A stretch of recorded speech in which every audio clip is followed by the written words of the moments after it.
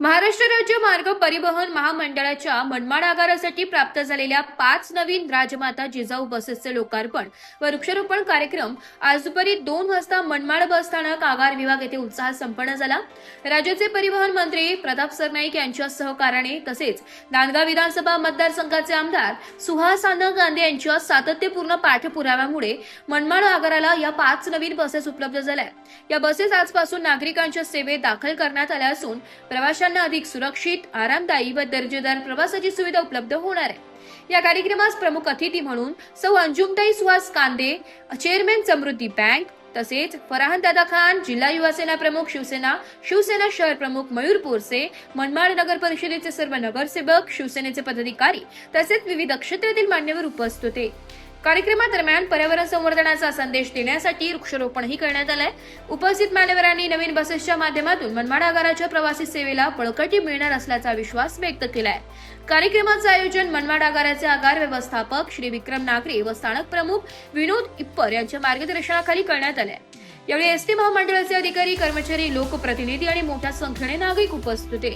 Buses ज्या उपलब्ध करून देण्यात आलेल्या आहेत त्यामध्ये इथल्या नागरिकांमध्ये खूपच आनंदाचं वातावरण आहे। येणाऱ्या पंढरपूर वारीसाठी या बसेसचा ज्या अत्याधुनिक आहेत आणि सर्व सोयींनी युक्त आहेत अशा बसेसचा सर्वच प्रवाशांना, स्पेशली महिला प्रवाशांना खूप खूप फायदा होणार आहे। परिवहन मंडळाचं आणि परिवहन मंत्र्यांचं खूप खूप धन्यवाद की त्यांनी अण्णांच्या शब्दाला मान देऊन आम्हाला नांदगाव आगाराला 10 आणि मनमाड आगाराला 5, नांदगाव आगाराला 5 आणि मनमाड आगाराला 5 अशा 10 बसेस उपलब्ध करून दिल्या। धन्यवाद।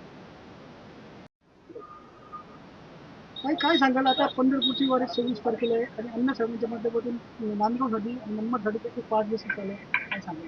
नक्कीच जी पंढरपूरची वारी आता सुरुवात होत आहे 26 तारखेपासून, येत्या 26 तारखेपासून नक्कीच मनमाड डेपोला 5 आणि नांदगाव डेपोला 5 अशा 10 बसेसचा आमच्या सर्व प्रवाशांना आणि पंढरपूरच्या वारकऱ्यांना खूपच त्याचा मोठा फायदा होणार आहे। तसं पाहता एसटी महामंडळ हे एक दुर्लक्षित डिपार्टमेंट आहे।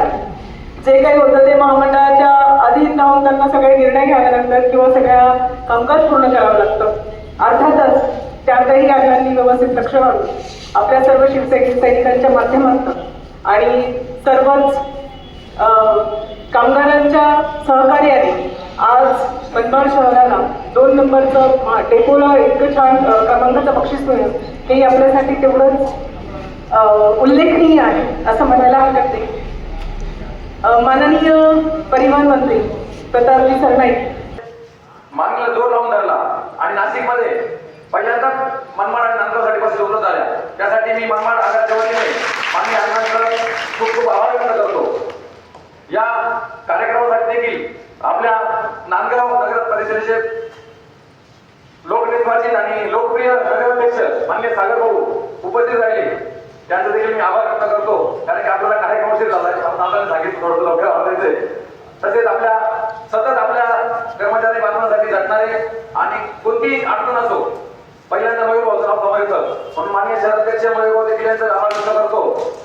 काकांचं आम्हाला नेहमी सहकार्य असतं, बाबूजी असतात, अल्ताफभाई असतात, सुनील भाऊ असतात, प्रत्येक बाजून। तसेच आपल्या तालुक्याचे कार्यसम्राट आमदार माननीय सुहास कांदे साहेब, तसेच अंजुमताई कांदे साहेब यांच्या सततच्या पाठपुराव्याने आपल्या या मनमाड आगारात 5 राजमाता जिजाऊ बसेस उपलब्ध झालेल्या आहेत। सदरच्या बसेस अत्यंत सोयीसुविधांनी उपयुक्त, जसे की CCTV कॅमेरे, आरामदायक सीट, मोबाईल चार्जर आणि जी सततची ओरड असते आपल्या प्रवाशांना जागा मिळत नाही, उभं राहावं लागतं, तर या बसेसमध्ये 56 प्रवासी बसतील एवढी काही जागा आहे, ज्यामुळे जास्तीत जास्त आपल्या ग्रामीण भागातील प्रवासी बांधव प्रवास करू शकतील। आणि विशेष म्हणजे आगामी काळात होऊ घातलेल्या येणाऱ्या पंढरपूर यात्रेसाठी या बसेसचा वापर करण्यात येणार आहे। तर माननीय अण्णांच्या माध्यमातून या मंत्री ब्युरो रिपोर्ट, नाशिक लोकशाही न्यूज, नाशिक।